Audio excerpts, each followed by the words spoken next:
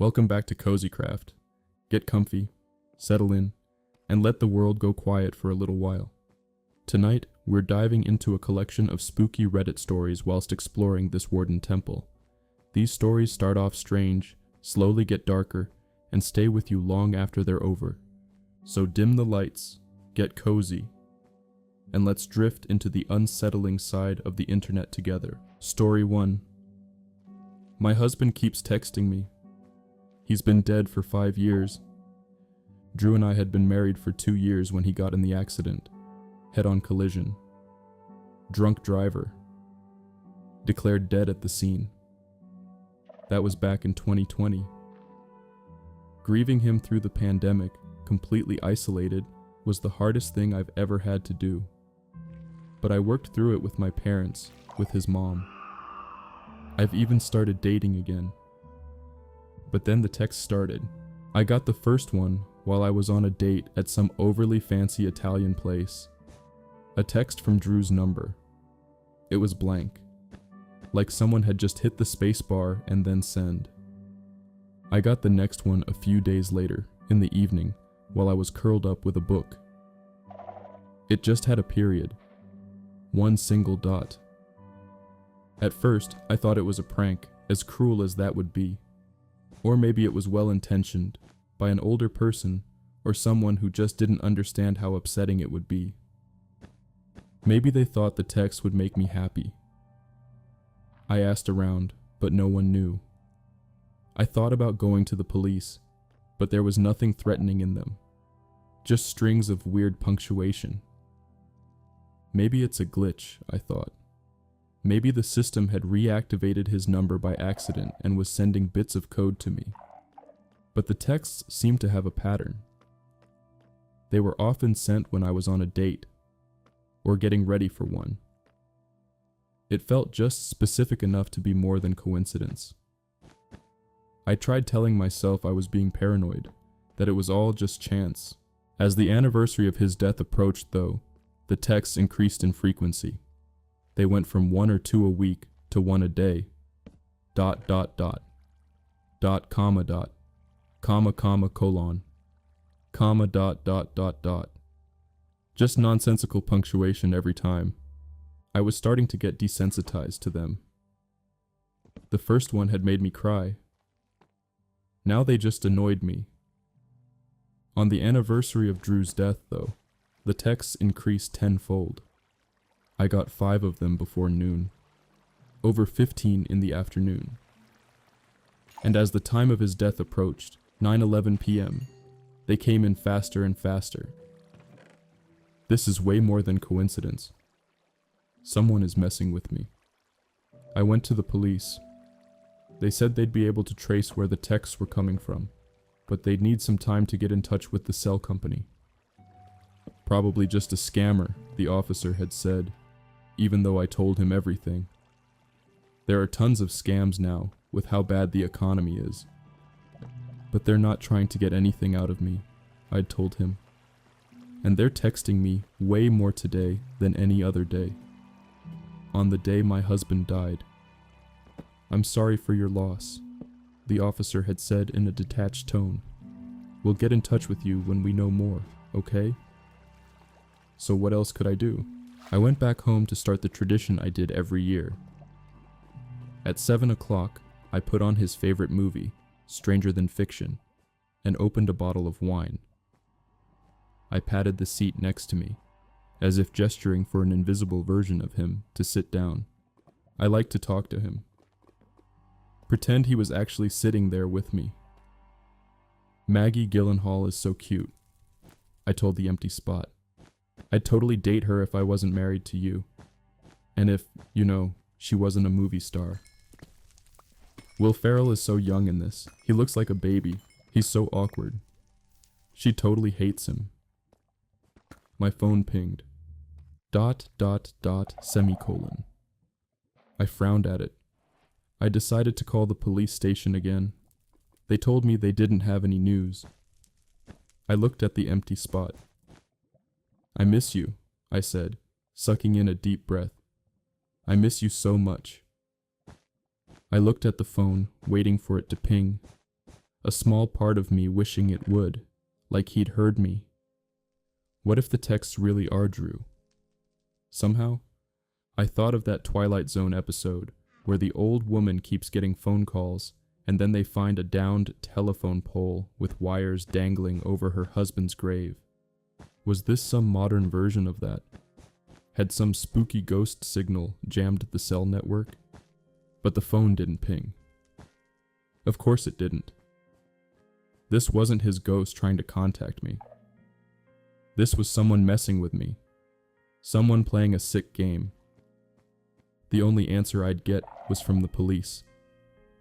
I got up and refilled my wine glass, but my hands were shaking as I poured. As I tried to set the bottle back on the counter, I dropped it. Crash. The glass bottle shattered into 1,000 jagged pieces. Merlot pooled on the floor like blood. Dang it, I whispered. Fighting tears, I got a garbage bag and bent down to pick up the pieces. Ow. The shard I picked up sliced right into my thumb. Never clean shattered glass while you're tipsy and crying, I guess. Muttering under my breath, I stood up and ran my thumb under the faucet, staining the water red. Ping. I glanced over at my phone, sitting on the couch armrest. I turned off the faucet. Made my way over to it. My heart dropped as I saw the text. Colon, space, close parenthesis. A smiley face. Not a blank text. Not a string of nonsense. A smiley face. After I'd just cut myself. And not just any smiley face. A colon, then a space, then a parenthesis. Exactly how Drew used to make his smiley faces. He never wanted autocorrect or chat apps or anything else to turn it into an emoji. Someone is watching me, and they really, really want to mess with me. I ran over to the kitchen window, tiptoeing around the glass. I pulled the curtain shut over the sink. Then I ran around the house, checking every lock. I called the police. I think they're watching me, I whispered. What? They sent me a smiley face. Right after I cut myself. Okay, that's probably just a coincidence. They've never sent a smiley face before. Or anything other than nonsense. Okay, calm down. You know what? I'm going to get in touch with the cell company right away. I'll call you back in about 20 minutes. Okay? Okay. I glanced at the clock. 8:59 p.m. 12 minutes before Drew died. I walked back to the couch, blood blooming on the paper towel wrapped around my finger. The phone was going off like crazy now. Ping. Dot dot dot dot dot ping. Dot dot colon, semicolon, dot dot colon, colon colon, ping. Shut up, I hissed. I looked at the empty spot. The paused frame of Maggie Gyllenhaal and Will Ferrell looking at each other. Ping, ping, ping. Shut up. 9:07 p.m. Ping, ping, ping, ping. I picked it up. One word was mixed in with the nonsense. Run. Then again. Run. And again. Run. The barrage of texts was cut off by my ringtone. The police station. Finally. Hello? I asked, my voice wavering. Get out of the house. His voice was low, coming through the speaker. The texts are coming from inside your house. All the blood drained out of my face. I leapt up and scrambled toward the front door. Hands pulled me back roughly from behind. I fell flat on my face. Pain shot up my back. I looked up, blinking, and found myself staring at Drew's mother. Whore, she snarled, spit spraying on my face. Her foot slammed into my side as she kicked me. You think you can just pretend like he didn't exist, don't you? As soon as he's dead, you just go off and start dating again. It's been 5 years, I gasped. You never really loved him, did you? She shrieked. I tried to scramble up. She kicked me again. I coughed blood onto the carpet. "Stop," I whimpered. "You're nothing but a—" The door slammed open. A police officer was standing in the doorway. The police had enough evidence to arrest Drew's mother. She'd been watching me, stalking me, sending the nonsensical texts to scare me. Security camera footage from various restaurants and places even showed she followed me to several different dates. She didn't even have to break into the house. Drew had given her a spare key when he was alive. She'd had Drew's old number reactivated and was sending me texts the whole time, hoping I'd be spooked and stop dating. Stop moving forward. Stay with her in her cocoon of grief. She didn't see all the nights I'd cried myself to sleep after those dates, wishing it was him next to me, knowing no one else would ever measure up. One thing, however, remains unexplained. The police, when they confiscated her phone, said she had only ever sent symbols and smiley faces. She never sent the word run. Sometimes I wonder if those texts really were from Drew, watching over me, making sure I made it out alive. Just a prickling sense of recognition I couldn't place. It only clicked when I actually saw my old childhood home sitting right beside my customer's property. I know it's strange that it took me that long, that I hadn't recognized anything when I put the address into Google Maps. But my uncle moved me out of this quiet neighborhood when I was 6. I barely remembered anything about living on this street or in that house. My girlfriend Ellie said that wasn't quite normal. She told me gently that it was probably my brain blocking things out on purpose. I sat gripping the steering wheel long after I'd parked, staring at my childhood home. It backed onto a large woodland area, tall trees looming far above the roof. The bungalow itself looked abandoned. Shattered windows. Empty bottles scattered across dead yellow grass. Clearly no one had lived there in a long time. A heavy pressure settled in my chest. For a moment, I considered leaving, but I'd only started my lawn mowing business a few months ago. I needed the money. This woman was only my 3rd customer so far. She hadn't called like the others. She'd emailed instead. "I am interested in your service. Every week Sunday work." I replied that Sundays were fine and asked for the address. She sent it, followed by another message. Door left open Sundays. Money on table. Help self to drink and meal. It struck me as odd that she'd contacted someone who lived an hour away instead of a local business. But she'd promised a generous tip. Still sitting in the van, I tried to remember my old neighbor. Elderly, maybe. The emails felt that way. But when I searched my memory for her face, I came up blank. Just another thing lost to my strange childhood amnesia. Her lawn was wildly overgrown. Knee-high grass, thick and uneven. The house itself was perfectly normal. A neat 2-story place with a front porch. Well kept enough that the state of the yard felt odd, almost like a choice. I hesitated, wondering if I should knock or just start the job.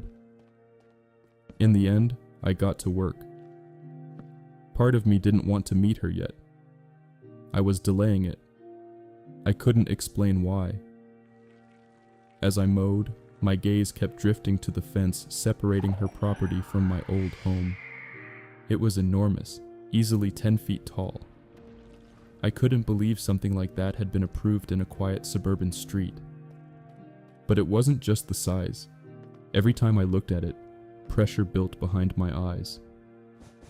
The sensation of a memory forcing its way up while something inside me resisted just as hard. The effort made my head throb. Then, for a split second, I remembered hair. Long, black strands spilling down the fence from the other side. Tangled and thin. Draped over the timber, clinging to the wood, hanging there like a ragged curtain. I'd frozen on my cheap plastic tricycle. One of the back wheels was missing, so I had to balance my weight just right to keep it upright. It's strange, the useless little details that scramble back when everything else is lost. The hair shifted, and slowly, above the lip of the fence, a pale forehead rose. There were eyes, white and cloudy.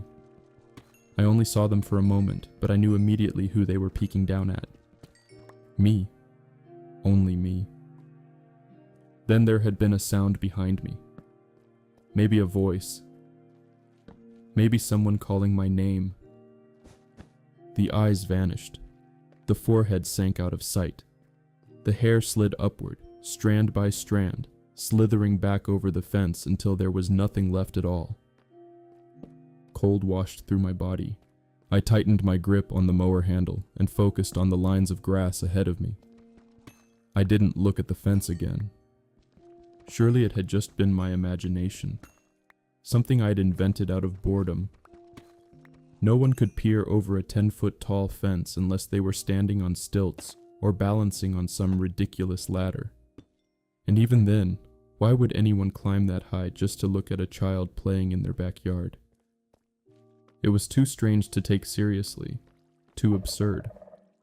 And yet, an unease bloomed low in my chest and refused to settle. Because that image, hair spilling over the fence, eyes watching, was suddenly one of the clearest memories I had from that house. From that time. Clearer than anything else I could recall in over a decade. I shook my head, forced the image away, and got back to work. An hour later, the lawn looked respectable again. I packed my equipment back into my uncle's van. Then I remembered the money. I knocked on the front door and waited a bit. She did say to let myself in, but it felt wrong to just waltz into a stranger's house. I waited another few minutes before finally reaching for the handle and stepping inside. "Miss Ramona, are you home?" I called out, remembering her name from her email address. One of the first things I noticed was the ceiling. It was unusually high. It made the space feel wide and open, almost cavernous. It also made it incredibly cold inside. Goosebumps rose over my arms. Most of the ground floor was open plan, so I spotted the kitchen right away, where a wooden table sat by the counter. There was money laid out neatly on top of it. Beside it, a glass jug filled with what looked like lemonade. Ice cubes floating inside. A clean glass, a sandwich on a plate. She'd said to help myself. Still, I hesitated. I felt silly being cautious, but I hadn't even met her. I picked up the money and nearly choked when I counted it. 4 $50 notes. I only charged $60. She'd mentioned a tip, sure, but this was excessive. What if she was elderly? What if she'd miscounted? I took 100 and left the other 100 on the table, just in case. That was when I heard something upstairs. A wheeze, wet and uneven, like air being dragged through damaged lungs. After that, 2 sharp creaks snapped through the house in quick succession, floorboards protesting under sudden weight. My body went rigid. Someone was definitely home. I stared at the staircase. "Hello?" My voice rang too loud in the open space. "Ms. Ramona?" No answer. I edged closer to the stairs despite myself, my heart beginning to pound. The noises replayed in my head. What had made them? Had she fallen? Was she hurt? If she was elderly, I told myself, I should check. That was the decent thing to do.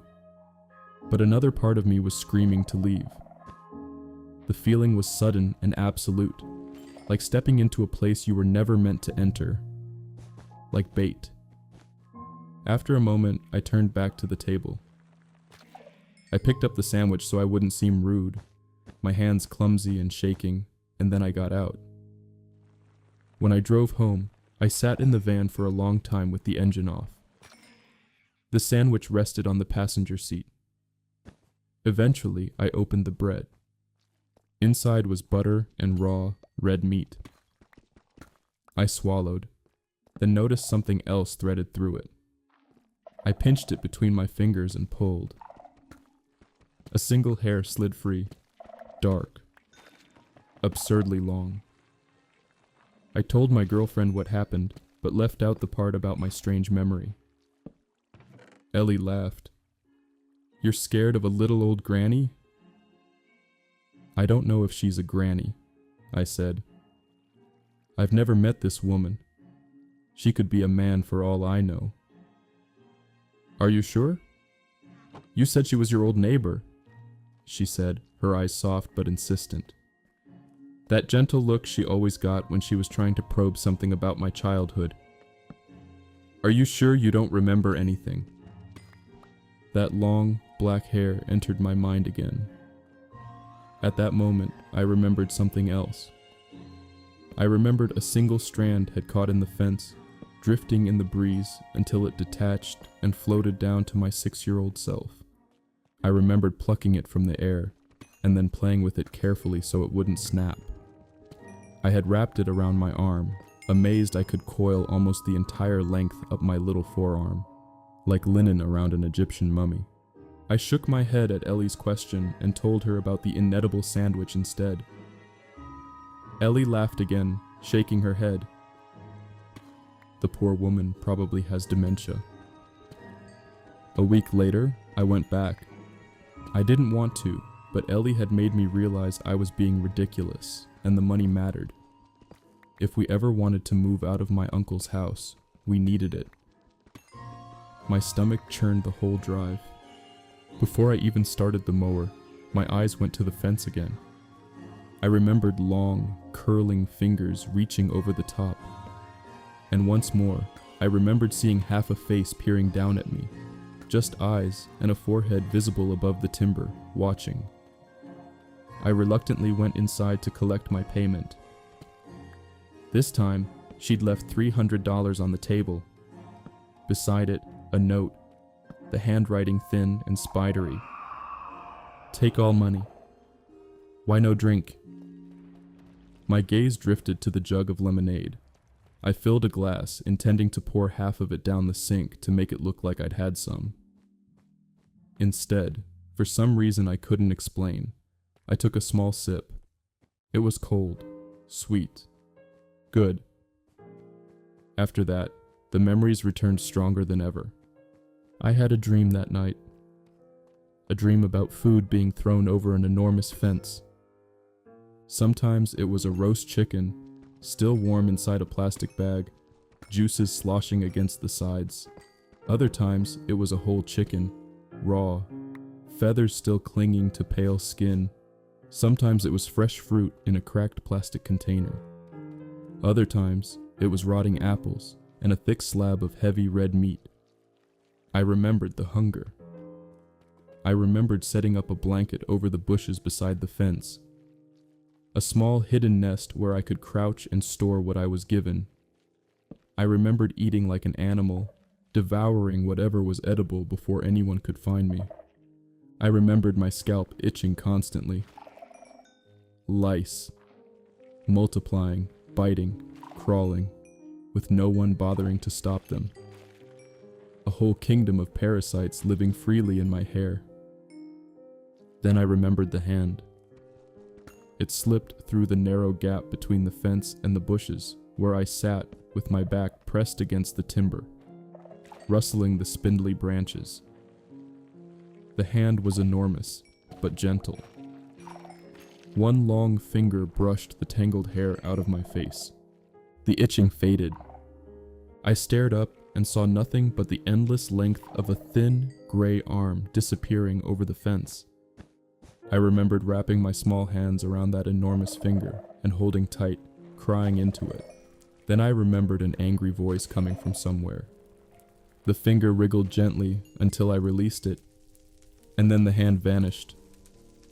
The arm withdrew. When I looked back up, only a faint wisp of dark hair was visible above the fence line. Someone tore the blanket away from my hiding place. They yelled, screamed in disgust. I was sitting on a hoard of food. A lot of it was rotting. There were flies. There were maggots. Hands grabbed my arm and dragged me out of the bushes and away from the massive fence so hard I thought the bone would snap. "Stop!" I screamed. The third time I went back to mow Ramona's lawn, I did not hesitate. Something had begun to clarify itself inside me, like an image slowly coming into focus. And I knew I needed to speak with her. Ramona. Finally. I didn't know if the memories were wholly real, but pieces were fitting together now, clicking into place with a quiet inevitability. I felt closer to the truth than I ever had before. And instead of making my head ache, it planted something determined inside me. Something that refused to be quiet any longer. I thought maybe my neighbor had been a sweet old granny who babysat me sometimes. Maybe she fed me.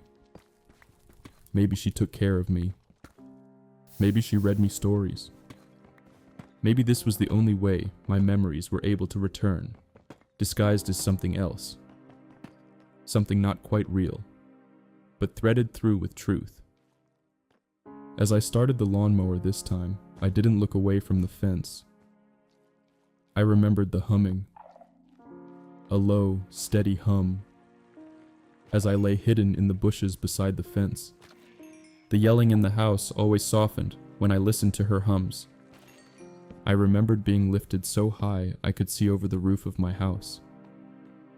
I remembered being placed on a sturdy tree branch in the forest and being given a dead fox. I remembered biting into the furry flesh, feeling warm blood dribble down my cheeks. I remembered sitting in a cocoon of warmth high above the ground, watching the stars blink into existence. I remembered running to my hiding place between the fence and the bushes, shaking, starving, sick with fear. I remembered someone chasing me. "Henry, you get back here right now, you little brat," she screamed. She caught my arm and wrenched me around. "Mummy, stop," I sobbed. "Don't hurt me again." I remembered my mother freezing. And I remembered something brushing the back of my neck, light and familiar, like long strands of hair. My mother gasped, staring at something above us, terror carved into her face. I looked up. Then the fingers came. They wrapped around my mother's body and lifted her. Up, up, up. She was screaming as she went, so I called out, "It's okay, Mummy. She's just taking you to see the stars." There was a deafening crunch, and her screaming stopped. I saw something fly across the sky like a meteor, disappearing into the forest. Hands closed around me. They were so warm when they lifted me, gentle, careful, cocooning me as I shook and clung to the heat. I rose high enough to see over the roof of my house, just like all those other times. I finally remembered seeing her face. The image was clear now, unblurred, impossible to look away from. She was pale and gaunt, her lips stretched too wide across her skull, but her eyes, they were dark, but they were warm. "Did Mummy like seeing the stars?" I asked her. She hummed. My hands shook. I didn't turn the lawnmower off. I walked toward her house on numb legs, the sound of the engine fading into something distant, barely there. The front door was open, as it always was. I climbed the staircase slowly. A low groan echoed from above, stretching and deepening as I went. The upper floor was completely open plan, wide and sloping like an expansive attic, and laid out across it was a very tall woman. Her skin was a shade close to gray. Her face had the weathered features of someone much older than me. Her limbs were long and spindly. She lay on her side on a soft floor mat that covered nearly every inch of the space, her body folded carefully, purposely, as if she had made herself smaller for me. Her eyes found mine the moment I stepped inside. I dropped to my knees and sobbed before I could stop myself. Terror and grief and everything I had buried for so long rushed through me all at once, crushing and merciless. Fingers reached out, impossibly large, wrapping around me and drawing me gently toward her. I was pulled into warmth, deep and steady, and my shivering slowly began to ease. "You killed her," I sobbed. "You killed her, didn't you?" She hummed softly. "Why? Why did you do that?" I said, the words breaking apart as they left me. She brushed my hair back. My cries thinned into small, broken whimpers. "Why didn't she care about me?" I whispered. "Why did she let me starve? Why did she hurt me? I was just a little kid." Her warmth held. Her breathing stayed slow and even. I fell asleep. When I woke up, I was in a bed. Across from me, seated in an armchair, was a little old lady. Her eyes were distant, as if part of her had wandered somewhere far away and hadn't yet found its way back. Still, they stayed on me, steady and patient. We were still upstairs. The massive mat lay stretched across the floor, unchanged. The bed had been tucked into a small corner of the room, like it had been put there for me. "Who are you?" I asked. "What was that thing?"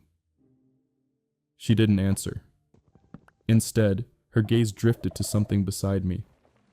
I followed it and saw a folded note resting on the mattress. I picked it up with shaking hands. I curse with sighs and hunger, but I protect. "Sweet little boy, cold and hungry. I carry you to the stars, where she not reach. Lost myself when I took her, but she not hurt you anymore. Forgive me, please." When I drove home, I finally asked my uncle to tell me the truth. I'd always known something horrible happened to my mother, but there were details surrounding the event that deep down, I think I never wanted to learn. But I felt stronger now. I was ready. He showed me the pictures first. They were of me as a little boy. My hair was long and scraggly. I wore dirty clothes that were torn at the seams. My body was mapped with bruises, and cuts, and burn marks. There wasn't much to know in the end, except the fact that my mother was a monster. And when she was found in the woods one day, half eaten, a case that would quickly be declared an animal attack. People called it karma after they learned what she did to me. I continued to visit Ramona. I brushed her hair and cared for her when she was a little old granny. I laid down and listened to her hums when she was something else. I wrote all of this down because, unlike my mother, Ramona deserves to be remembered. I could never tell anyone about her. They would have hurt her or killed her. But I needed someone to know. Ramona may have been a beast, but it wasn't her fault. Even when she lost control, it all came down to an instinct to protect. When she was dying, I fell asleep holding her large hand. And when I woke up, there was nothing. She was gone. Even though she doesn't live there anymore, even though the house is no longer occupied, I still go back to mow her lawn. And sometimes, when the lawn is done, I linger until the night swallows the sky. When I focus on the constellations, it almost feels like I'm rising, slowly, above the roof of the house. Story 3. I tried a new weight loss miracle. Losing weight is hard. When our local hospital released a miracle cure, I jumped on it. I got my shot. The weight melted off, just like they promised. Then, you know the gnawing sensation in your stomach, clamping on itself when you're hungry? It's in my brain now. My brain tightens with an aching emptiness. The treatment center invited us back for check-ins. Each time, we waited over an hour. But that advertised hybrid car with leather seats and built-in enhanced steering, I had to have it, especially in cherry red. My apartment soon filled up with items. I bought 17 baby carriers and 15 barbecue grills. Then horse saddles, polo saddles, jumping saddles, endurance saddles, and dressage saddles. By the time I purchased over a dozen boards for volcanic surfing, I was hundreds of thousands in debt, and I couldn't stop. I needed help, but let me tell you, it is very difficult to get a doctor to take you seriously when you are a morbidly obese woman and your problem is, I went shopping. After thousands of desperate calls, I found Dr. Kennedy. Once a scanner was attached to my head, Dr. Kennedy nodded. Genetically engineered horsehair worms are all over your brain. They suppress neuro and leptin receptors, which curb hunger cravings and silence food noises. Dr. Kennedy magnified the image and pointed out a thin, long worm. He moved the scan around. The parasites pulsed and tremored with an unsettling rhythm, slowly and deliberately adjusting their path. Tendrils extended from the thin worms and circled into themselves. Shallow dents filled and emptied, moved by invisible appendages. I watched helplessly as these creatures coiled and folded over themselves on my brain. Victims are typically predisposed to genes that influence consumption behavior. DRD, 2 for dopamine, CYFIP2 for binge eating behavior, and other genes that increase the need to consume and reward consumption. I didn't understand. Dr. Kennedy explained, "This parasite rewires your desire to consume. Instead of consuming food, you consume things." I gasped. The hundreds of invasive advertisements in the waiting room, the frequent check-ins where we watched hours of advertisements, the useless items in my apartment, and in the 20 storage units I'd rented to hold thousands more. But the human body does not recognize the items you are purchasing as a basic survival necessity. So unlike how eating will satisfy an urge to eat, you cannot and will not ever satisfy the artificial need to possess more and more material goods. The inability to satisfy this new craving often drives the host to suicide. I started to cry. I was relieved that I wasn't just a fat, crazy lady with a shopping addiction, despite what everyone else believed, and also very, very scared of the new truth I'd just learned, that my brain was alive with unnatural parasites that moved in ways that no living thing ever should. Please, please, please tell me there's a way to fix this. I don't want worms in my brain. I don't want more debt. Dr. Kennedy sighed. Save your tears. You'll need them.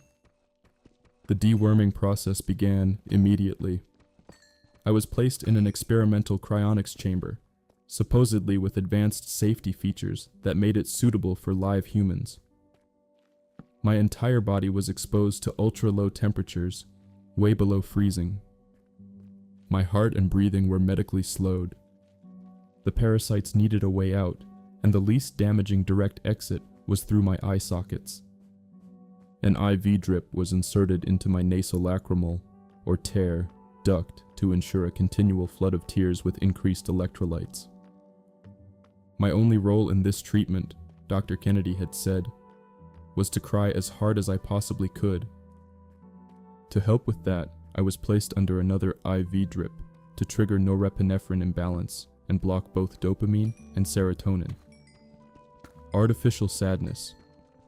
My eyes would be held open by special tools, connected to tubes, and the cryonics chambers had been specially modified to vacuum out my tears and the parasites before they could freeze and damage my eyes.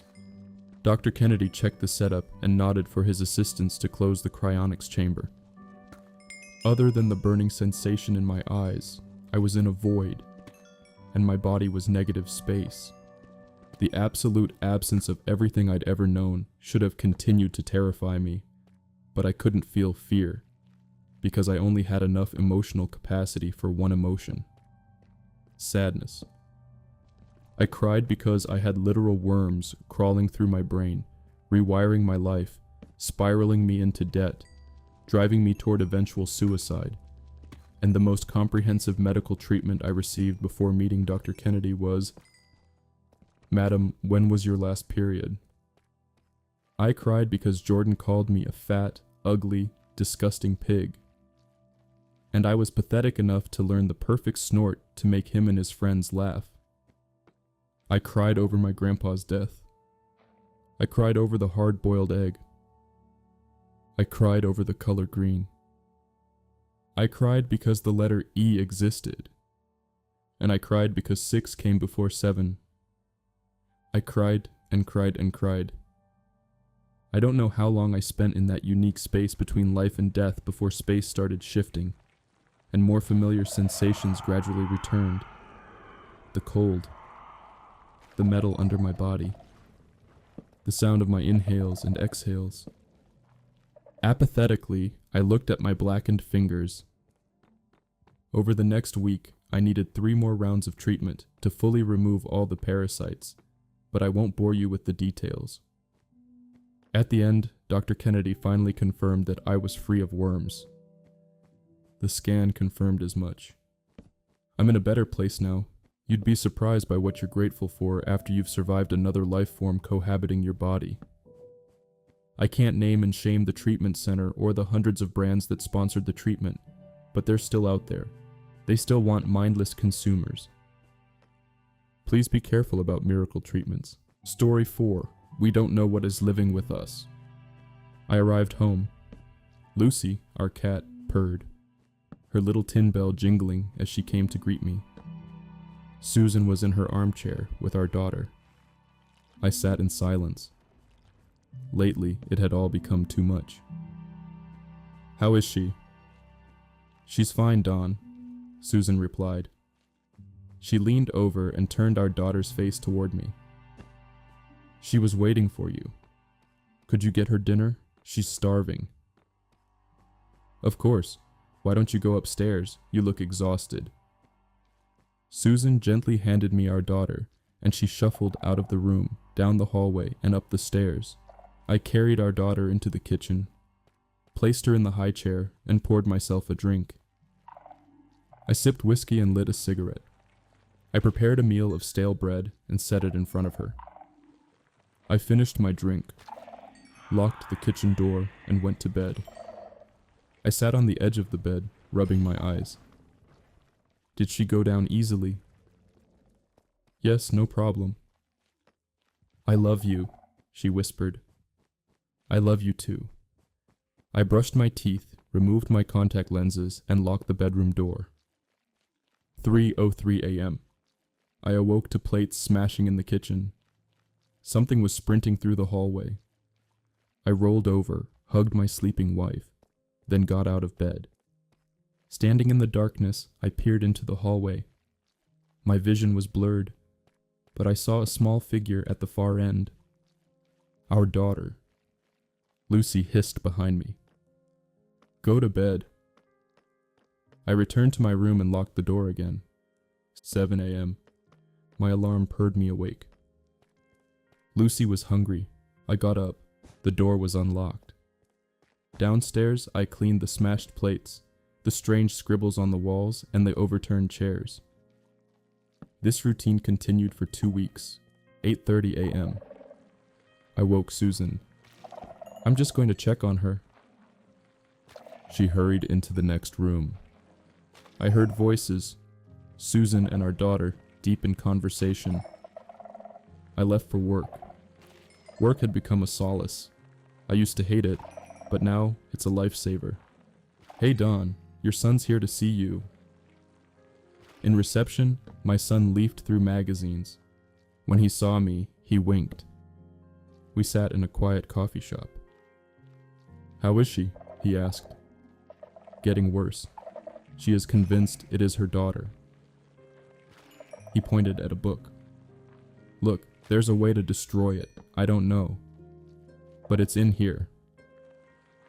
I glanced at the sketches. "A werewolf?" I chuckled. Shall I ask HR if they keep American werewolves in the supply cupboard? Hello, HR. Do you have any werewolves in London? Dad, stop, he said, rolling his eyes. This is my problem. I'll deal with it, I said firmly. Dad, she's my mother. You're my dad. And what happened to Neve wasn't your fault. Stop, I interrupted. It wasn't your fault, he repeated softly. I love you. I need to go now, I said, standing up. Driving home, I replayed the series of events that led us here. 2 weeks ago, we lost our daughter in a car accident. Susan was in shock. I was worried. Then it arrived.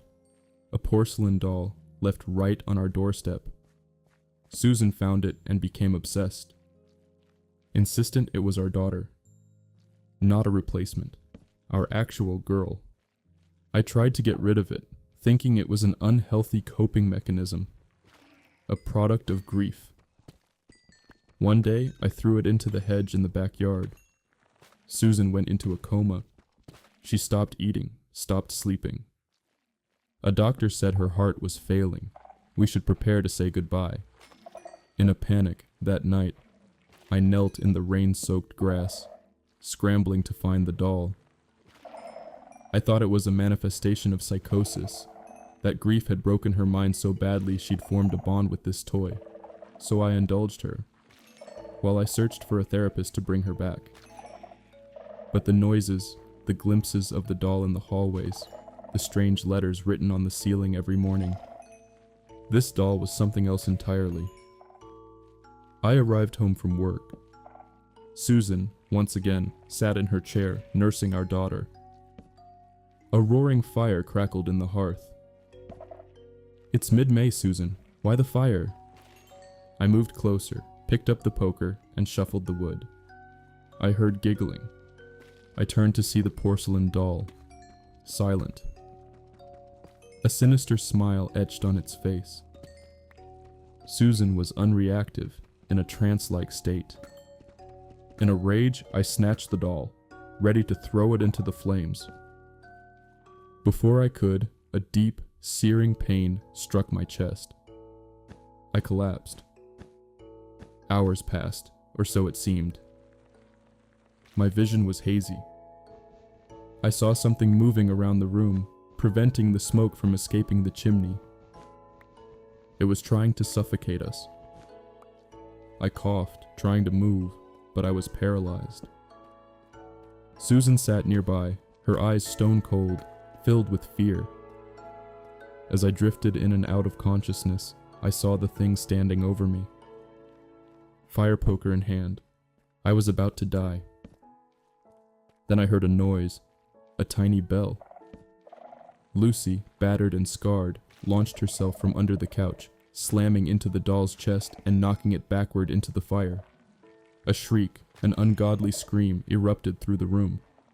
I felt my strength return. I struggled to sit up, dragged Susan out of the room, Lucy weaving between our legs, her bell guiding us through the thick smoke. We fell out the front door and collapsed on the front yard, gasping for breath. Susan, finally regaining her senses, looked at me and broke into tears. I looked at Lucy, sitting patiently, purring. Story 5. I am man's best friend on this farm. Fast. I am lightning fast. I zip around the big farm. I have always lived here. I spot the ducks, too fast for the ducks. I race toward them and they waddle out of my way. I bounce left and right. They know I am only having fun. They laugh. Ember the cat purrs as she watches the fun. The ducks eventually run to her for help. She mothers them because she is nearly a mother. Leave them be, Red. You had your fun. Cats and dogs are supposed to hate each other, but not me. I love Ember. Ember loves me, sometimes. Yes, Ember. I race to the pigs as I hear Ember calming the ducks down behind me. I zip into the pigs' room. Ember made me leave the ducks alone. Anyone want to throw me a ball? Red, we have been through this. God's gift to man was not eternal fire, it was the precision grip and thumb. The pigs chortle. What? You're giving a gift? The pigs laugh even more. One day, Red, if you're not careful, we'll rise up and kick you out of the farm. I'm shocked. Leave Red be. Just because your new bed is made from book pages doesn't make you a revolutionary, sighed Wilbur. I am puzzled. Pigs are stupid. Go on, Red. Go have fun. I have eaten so much I am about to burst. I race away. My hips mean I am not as fast as I used to be. But still, I have my moments. I sleep outside to keep an eye on the pigs and sheep on the farm. Sometimes I count them. Then I fall asleep. My owner doesn't like me in the house, which is strange because I like him everywhere. Next morning, where's Ember? Quick. Ember. Ember? Ember? What's that darn dog barking about? I hide under the hay. My owner peers around the farmland, looking for me. He's holding his brush again, the one that explodes. I dart into the barn. I can sense her. There she is. Ember, are you tired? Very tired, Red. I hear little meows. 5 little meows. 5 little closed sets of eyes. No way. Ember. It happened? It happened. She lightly paws me away. She knows I mean no harm, but still, I am clumsy. I guess the fact I am missing an eye might give you that idea. I spin in a circle until my legs give out. Ember, what now? I rest. Go on. Go annoy the ducks. Again? Yes, go annoy them again. Next morning, I don't feel like running today. My hips are still sore. Bang, bang, bang, I jump. I know that noise. I cautiously peer down the long road leading to our house. I see the owner driving away. He's taking the pigs. I wonder where. Ember, where are they going? She smiles at me, but looks sad. Red, when the owner sees you, make sure to run as fast as you can. Look big and strong, and he'll give you more treats than you can ever desire. She's known me since I was a silly pup, so her word is reliable. Next morning, I see the owner rushing out the door for some reason. I run around him, just like Ember said. Get off, Red, he screams. I am so startled that I slip on my own back legs. I have a little limp now, but it'll be okay. I check the pigs, still nowhere. I am confused. I look for Ember everywhere. Her smell lingers, but I cannot figure it out. I yelp and cry.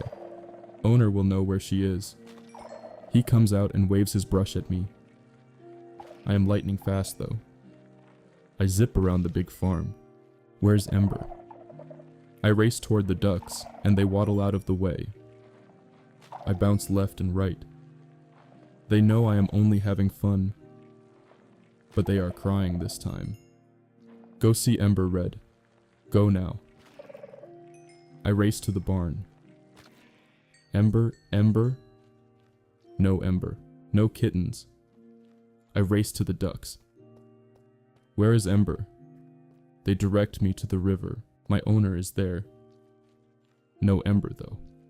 Why did the ducks tell me to come here? Owner is leaning against a large oak tree. At the trunk, there are 5 little bags, and a slightly bigger one. His face is really scratched up. I wonder what happened to him. I approach cautiously, and he suddenly spins around. Get, Red! Go on, get! I yelp and sprint away. I don't want to bother him.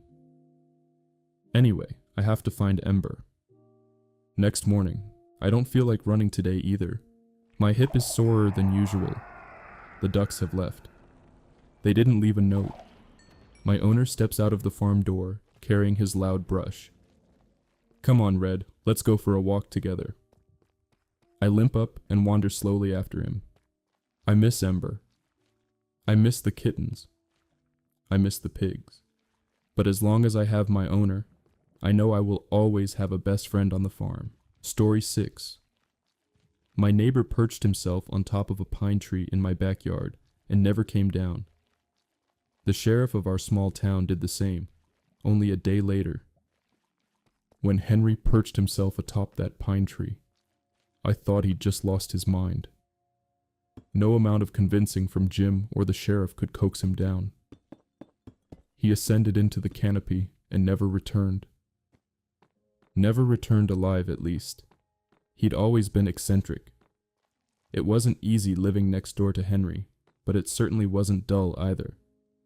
Between the small city of birdhouses he maintained around the perimeter of his 2-story home, the free home-brewed mead that appeared on our doorstep on the 1st of every month, and the early morning French horn recitals, he was a handful. I rather liked the ongoing spectacle, all things considered. Jim never really saw the humor in Henry's mania. That said, crippling agoraphobia has prevented me from leaving the house for almost a year now. So my threshold for what qualifies as entertainment is quite a low bar to clear. My husband was on his way to confront Henry about his newest hobby, metal detecting, when he first scaled that 20-foot tall pine in our backyard. It wasn't the act of metal detecting that bothered Jim. It was the many untended holes that vexed him. The 60-something-year-old found himself too lost in paroxysms of archaeological fervor to bother filling the quarries back up with soil after he made them. After days of steady excavation, it looked like Henry had been sweeping his property for landmines. That morning, Jim saw the man creeping toward the edge of the forest 30 yards from our kitchen window, and he sprang into action. If I'm recalling correctly, he shouted something like, "I'm going to nip this in the bud," as he jogged out the front door, which now carries a cruel cosmic irony when examined in retrospect. The scene unfolded before me through the dusty lens of our den's cheap telescope, which has a lovely panoramic view of the backyard and the thicket beyond from where we keep it, as much as it pains me to admit it. Fear of the space outside my house has turned me into a bit of a snoop. Jim sauntered up to our neighbor, but Henry didn't turn around to greet him. Nor did he stop lurching forward. He didn't even react to Jim, as far as I could tell. It was like he was moving in slow-motion autopilot. Although irritated, it wasn't like my husband's molten rage drove Henry to the top of that pine out of a concern for his safety. No matter what Jim did or said, Henry remained locked in an impenetrable trance. A man on a mission. He gave up on catching Henry's attention by the time he had made it 3/4 of the way up. As Jim started to walk back, I kept watching. Henry, the sleepwalker, never changed his pace. Each identical movement was eerily slow and deliberate. After reaching the apex, he positioned himself to face our home, extended both arms palm up in front of his chest, and became impossibly still. An unblinking gargoyle baking in the early morning summer sun. At least, I thought he was stationary.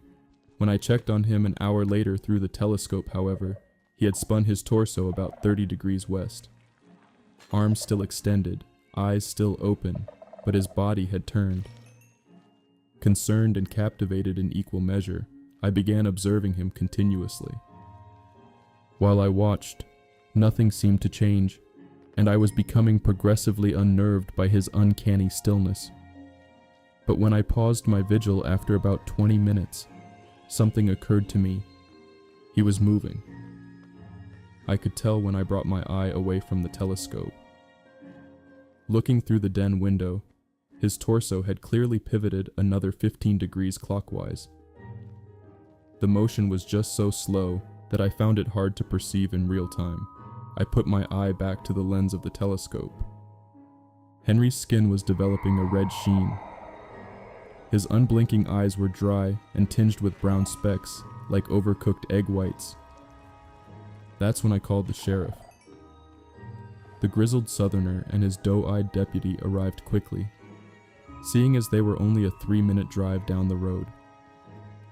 They stood at the base of that pine for an hour, but couldn't find the language to persuade Henry down either. Flustered and out of patience, the sheriff told us he would involve the fire department tomorrow if Henry remained in the tree. When night fell, I couldn't visualize Henry through the telescope anymore, but I could hear him from our bedroom window, faintly sobbing somewhere in the blackness. I found myself posted up in the den before the sun even rose, my mind burning with curiosity. Black coffee trickled down my throat, warming my marrow. For a moment, I felt ashamed of the excitement rumbling around in my chest. The more I reflected on the sensation, however, the more I understood it. Journalism used to be my life before the cumulative horrors I documented manifested as a crippling fear of the world. In the grand scheme of things, this stakeout was pathetic. It didn't hold a candle to what I had done before, in a past life. But fascination, not dread, drove me to do it, and that held value. Henry had not moved from his steeple, and by the time the sun appeared over the horizon, he had stifled his tears. His biceps were red and swollen, likely muscle breakdown from keeping them outstretched in the same position for over 24 hours.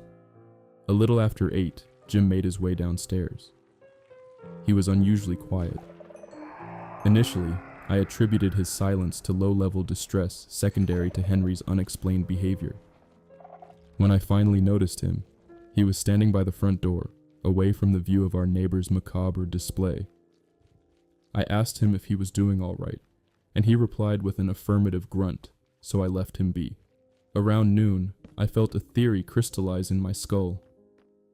Henry was twisting around the tree's axis with a pace and direction identical to yesterday's. He must be watching something, I thought. That's when it hit me. Henry was angling his eyes and his body to constantly face the sun. My mind scrambled to process this observation, but Jim's heavy breathing behind me broke my concentration. It scared the life out of me because I didn't hear him approach. Startled, I urged him to explain what on earth he was doing. "Oh, fixing clock," he replied. Except there was no clock. In actuality, he had his face pressed to the window that was to the right of me. He was staring at something. I didn't want to believe it at first. But by the afternoon, I was forced to confront the realization. From where I sat in the den, I could see Henry's back through the telescope, and when I moved my eye away, I could see Jim's back, silently gazing forward. Early that morning, he had been watching the sun rise from our front door, just the same as Henry had from atop the pine tree. My husband was following the trajectory as well. Before I could dial 911, the sheriff and his deputy appeared in my peripheral vision. My burst of relief was short-lived when I observed how they were walking. Their footfalls were languid and protracted, the same as Henry's had been yesterday. As their hands contacted 2 different pine trees in unison, I refocused the telescope on Henry. To my horror, they were not climbing the tree where my neighbor sat to rescue him. The possessed men were scaling their own trees, each equidistant from Henry's. In a state of detached shock, I moved a shaky hand to my notebook to jot down one last detail I had noticed about Henry. Tiny mushrooms had sprouted from his eye sockets, palms, and his open mouth. A robin rested on his forehead, nibbling at the growing fungus. A wave of primal terror washed over me, and I sprinted from the chair to my front door, pausing as my hand twisted the knob. I tried to force myself through the threshold. My head pivoted back to Jim for motivation, who hadn't moved an inch, in spite of the noise of the chair and the telescope crashing to the floor when I sprang up. Unable to overcome my agoraphobia, I instead sat down on the doormat and placed my head in my hands. Whatever Henry succumbed to, it had spread to the sheriff, the deputy, and my husband. I contemplated calling 911, but what if it just spread to emergency medical services as well? I'm not sure how long I lingered there, catatonic. The blood-chilling wails of my husband returned my consciousness to my body. It had become night. The absence of natural light transformed Jim into a messy human puddle on the kitchen floor. I tiptoed over to my husband, doing my best to ignore the pangs of terror vibrating in my spine. He had simply crumbled where he stood when the sun set, kneeling unnaturally with his chest and torso leaning against the wall below our kitchen window. Despite knowing he wasn't, I asked if he was okay a handful of times, receiving no reply. Standing over him, I tilted his shoulder, trying to see his face. Jim limply fell over in response. He was still crying softly, eyes open, but producing no tears. That's when I noticed his chest wasn't moving. He wasn't breathing. When I found the courage to check, he had no pulse, and I lost consciousness. I woke up a few hours later. Through the telescope, I could see my husband perched on a pine tree of his own, arms outstretched and eyes still open. Hellish choreography modeled by Henry, mimicked by the sheriff, the deputy, and Jim. My current theory is as follows. Henry must have accidentally unearthed something old and terrible while digging holes in his backyard. A parasitic fungus lying dormant under the soil, infecting everyone who went near with inhaled spores once it was exposed. I'm going to make it outside today. I'll grab a shovel from the garage and I'll fill every single hole Henry made with layers of dirt. Maybe I'll survive uninfected, but I suspect I will succumb to whatever this thing is as well. It's the least I can do to honor Jim's memory. I'm taking the time to document and post this for 2 reasons. First and foremost, don't end up like me. I hid from the world because it felt safer. But it wasn't safer. It was just easier, and I wasted precious time. Secondly, if you see anyone perched on a tree, eyes following the trajectory of the sun, burn the tree down or run. Whatever you do, cover your mouth, because that robin ingested some of the fungus that grew from Henry, and may spread the spores as far as it can fly. The start of its life cycle? It's unclear, and I think that, unfortunately, the world may have an answer to that question in a few days.